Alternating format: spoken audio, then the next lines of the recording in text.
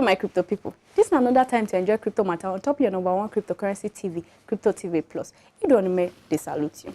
Before I continue, I would like to thank all of now where they watch my program, where they like her, they share, and even comment. I hail you. Now, BitFST and BitMama bring this program, the best exchange place where you fit buy, trade, and sell cryptocurrencies.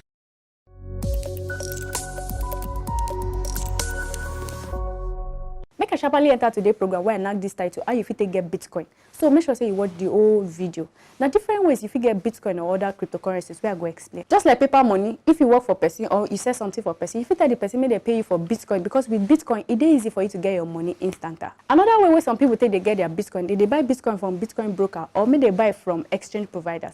I go give you 3 exchange providers where big bam. This one's I cut cap for them and I still give them 12. The first na Sato Wallet, the second na BitFST, while the third one na bitmama.io. The way where these 3 exchange take they work na bam, and they just be like your foreign currency where you want buy from your bank. This one is the easiest and simplest way to get Bitcoin, because if you read this platform, plenty people there will be say they want sell or buy Bitcoin and other cryptocurrencies. If you also get Bitcoin by mining, but this one is difficult for average person, that's person when you get experience. Most times now big company they do all this mining because it is very expensive and not be anyhow instrument they take they do. So make I show you this more advice for my mkomkom. Oga, if you don't get plenty experience, ideas and money where you want spend on top mining, just jejely so free, they buy Bitcoin or make you earn Bitcoin. Now here I want to stop for my program today. If you never like this video, wait till they wait for Oya knock that like button.